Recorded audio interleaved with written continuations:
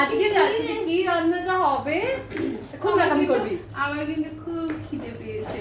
এখন কি খাবেন আপনি? কি ভেবে রেখেছেন? কি আজকে খাবেন? তোমাকে খাওয়াবো মাছের ঝোলের পরোটা। মাছের ঝোলের পরোটা? আমি কখনো খাইনি। আমার খেতেই হবে। বাঙালির একমাত্র আপন খাবার।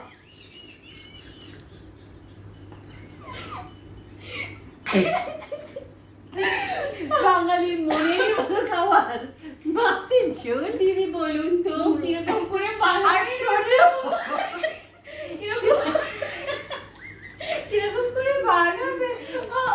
লোকেদের বলুন। সবাই বের করছে। খিদে পেয়েছে সবাই। লোকেদের বলুন কেমন করে বানাবে? শোনো, এটা কিন্তু সাধারণ মাছের ঝোল আর পরোটা নয়, এটা হচ্ছে মাছের ঝোলের পরোটা। বুঝতে পেরেছো? না। মানে কিরকম বাঙালি তুমি, আমরা কি হতভাগা, একটুখানি একটু বুঝতে পারো না? এই দেখ, আচ্ছা, মাছের ঝোলটা কিরকম করে আপনি রেখেছিলেন? মাছের ঝোলটা হচ্ছে সকলে মাছটা খেয়ে নিলাম, আলুটা খেয়ে নিলাম, আর ঝোলটা পড়ে থাকলো।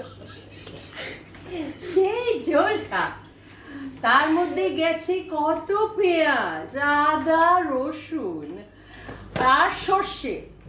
এমনি ফেলে দেবো না, সেটাকে কখনোই না।